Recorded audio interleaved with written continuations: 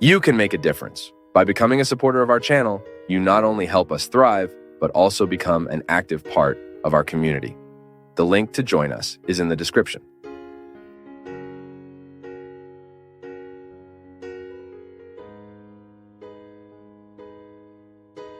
Father Fabio, if God is omnipresent, is he the owner of good and evil? Dear one, the fact that God is omnipresent has nothing to do with the origin of evil, because omnipresent means being everywhere, the omnipresence of God. So God is here. God is there with you. He is present everywhere. The question of the origin of evil is a much discussed theological issue. We have a very beautiful reflection in Christian Catholic theology regarding the origin of evil. But the most important thing in all of this, because I know that what bothers us the most is this, is to think, if God is good, how can bad things happen? Who is responsible for all these bad things happening? We have an interesting explanation, which is the origin of sin. Sin as the door that opened for evil to have power over us. Then you have all the metaphor of paradise that was lost, of the apple that was eaten, of the expulsion of Adam and Eve, of that space that God had placed so that they could live in harmony. We have this parable as an indication that evil arose precisely at the moment when we broke the covenant with God. At the moment when Adam and Eve wanted to be others, wanted to be gods, they forgot about human condition, forgot who they were, and wanted to be who they could not be.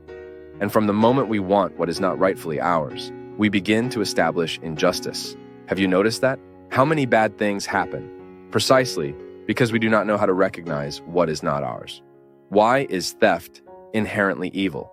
Stealing something from someone is evil. That is evil because I do not respect the space that is delimited. It belongs to another, but I want it for myself. The same thing when you have the presence of evil. Life. When I go and kill someone, it is the lack of respect for what the other is. Violence has its origin in this. Now, what makes me evil? It's my adherence to this project. It is very dangerous for us to blame all guilt on the devil. Oh, it's the devil who wants this. It's the devil who makes it happen. Yes, but if the devil wants it, we are the ones who carry it out for him. Have you ever seen the devil walking the streets? No. I have seen diabolical people walking the streets. The devil himself, no. There is no problem here. We do not have a devil here. The other day, a woman asked me, Father, do you perform exorcisms? I stopped to think, how can I perform an exorcism? No. Then I thought, but immediately I said, no, there is a way for you to perform an exorcism. You love. Every time you love, my friend, the devil has no place with you. The devil cannot stand a person who loves. The devil cannot do absolutely anything in the life of a person who seeks goodness, who seeks partnership with truth. The devil begins to have a say in our lives when we open the doors for him to sit, to have a coffee in our house, to have a little whiskey with us. Then that's it. You start opening the doors. Oh, come smoke some marijuana. And the devil sits and smokes marijuana. Let's sniff some cocaine. It's the opposite, right? It's me who is adhering to what is a process of breaking within me. This week I was in Itapemirim. I met a young man there. I think his name is Paulo. During the show, I saw that he was very quiet, but I had already seen him like that because he was very close. And at the end of the show, he was already up on something, waving and singing. And then he asked, I understood that he wanted to talk to me. And then he came to the dressing room to give me a hug. And he said to me like this, Father, I'm struggling to free myself from drugs. And then I hugged him and said to him, my friend, freeing yourself from drugs is the same as you starting to love yourself again. Because drugs are nothing but a lack of love. I will judge within myself a toxin that will harm me. I will judge within myself a substance that will numb me, that will take away my awareness of things, that will distance me from the people I love, that will take away the peace of mind from the people I love. How sad it is. The drug addict does not see the suffering he causes. The mother who does not sleep, who until she sees her son coming home, no matter how bad he is, she likes to see him arrive anyway. She doesn't sleep because she keeps thinking, my God, where's my son now? So cutting with drugs is reestablishing the bonds of love that you have. When you say, I'm going to stop smoking this marijuana, I'm going to stop doping myself, I'm going to stop drinking, especially because the worst of all addictions for me is the socialized one, the one we do in front of everyone. Alcohol is terrible, and every time a person decides to stop drinking, they are not deciding for themselves alone. It's also because of the people they are making suffer that they are destroying. It's so beautiful to see a person react because of the love they have for others. So, this is a beautiful thing to see. Now, evil, it enters into the context of our lives based on our choices. I choose evil. It exists. It is concrete. It is real. But it only tries to seduce. It is me who will adhere to it and will represent it in my life.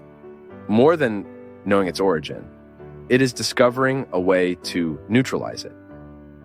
I don't know how evil entered the world. I don't have that answer. I have the suggestion that theology, that the parable gives me, but I don't have a ready answer for that. So what do I do? If I don't know how evil entered the world, I can avoid it entering me. That is what is right and possible. Only those who have read Father FÁBIO de Melo's books know how transformative they are. They make us reflect and change our perspective on life. If you haven't read them yet, don't miss this great opportunity. Learn more by clicking on the links in the description. Father FÁBIO, what can we do when fear prevents us from fulfilling what God wants from us? Fear is a natural reaction to everything that tends to be new in our lives. Of course, fear is a natural reaction to various situations in life. Fear is natural in us because it points us to what is a limit. So because I am limited, I am afraid. I'm afraid of burning my finger, so I'm limited. I can't put my hand in the fire. I know that. It's a limit I have. The limit of my skin, the limit of my physical condition. Now, when this fear of fire begins to prevent me from having a healthy relationship with everything that will have fire, for example, if I'm going to be near a bonfire, but I don't need to judge myself in it. It's the control we can exert over the fear we feel, which is always an experience of rationalization. The fire is there. I know it's dangerous for me, but I start to manage the relationship I have with it. Everything in life is like that. When I start to manage the fears I feel, I start to overcome them. I cannot allow fear to become an oppressive force that diminishes the quality of my life. We often tend to live in fear of novelty, everything that will be new in our lives, the changes we will face. Who feels fear, for example, when they have to change jobs? We don't know if it will work out. Who will get married? Who will face a new lifestyle? Will always go through the experience of fear. Because novelty, we will leave a comfortable region, a reality that we are already accustomed to, and we will move to a new territory. And it is natural for us to be afraid of that. What is not natural is for fear to prevail. That is why we always need to be careful to manage new realities, always seeking that courage that minimizes the power of fear. When we feel that we are feeling too much fear and we are missing opportunities because of the fear we feel, we lose precious opportunities. The other day, I even met a girl who was sharing with me, Father, I'm very afraid of growing in the relationship with my boyfriend because the last relationship I had made me suffer a lot. So she couldn't invest in the new relationship because she brought the scars of a relationship that was very tragic for her. It ended with a lot of suffering. She suffered a lot at the hands of that boy, that old boyfriend. So now she was facing the fear that if she loved again, she would have to go through the same situation she went through. And that's where we need to rationalize. It's the formula that often works. How am I going to rationalize a situation? How can this girl rationalize the fear she has of the new relationship? It's about thinking. This guy I'm dating now is not the same. He doesn't necessarily have the same personality as the one I dated before. It doesn't mean that what I experienced with the other, I will have to experience with this one too. That's rationalization. Because the big challenge, my people, is to put meaning and reason into what we feel. Put meaning into feeling. That is, shed light on what I am feeling and understand my feeling, which is not always true. Not everything I feel is true. So, I'm afraid of being betrayed again, but I may not have reasons for that. It may be that the person next to me today does not give me any reasons to feel this fear, but because I have marks from the past, today I deal with her with fear, insecurity. It's interesting for us to realize that humans will always need healing. Often the relationship doesn't work today because we haven't healed from the relationship we had. That happened. That was tragic for everyone. So this thing of organizing life little by little as we live, correcting our feelings, doing emotional digestion. When we eat something that makes us sick, we have stomach upset, right? But when we also feel something that made us sick, we need to experience emotional digestion. That is the process of eliminating what was not good and keeping what was good. That's digestion. Well-done digestion is when the body keeps what it extracted from the food and throws away what is no longer good. It digests it. When it doesn't digest, it's because the food stayed in the stomach. And since the stomach wasn't made to keep the food, but it was made only to be an instrument for that food to be digested and thrown, the proteins, vitamins, minerals from our food into the blood to continue feeding the body. The stomach wasn't made to be a storage place. We have upset stomach. The food stayed longer than it should have for some reason, either because it was spoiled or because it was too heavy, ate more than it should, right? Affection and feeling work the same way. And often I live this emotional indigestion like this, keeping inside me what should have been eliminated. Or judging for my effective life, what was the learning from everything I lived?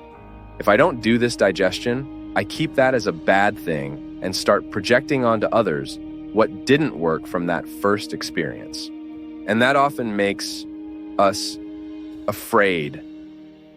When we go into a relationship with another, bringing the marks of a past that was not good. Many times we take this also, not only in the dating issue, marriage, no, and friendship, no. In everything in life, sometimes we make the reading of the new that is before us with what we already have as experience. So the great challenge is to ensure that fear does not prevail, that what was the experience of the past does not prevail over us. Fear will always be natural because we will analyze life based on what we have already experienced.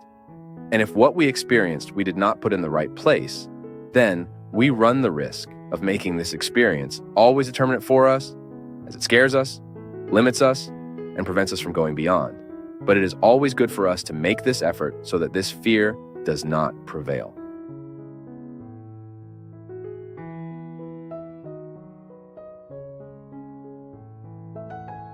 From all of us at Path of Faith, thank you for being part of today's discussion.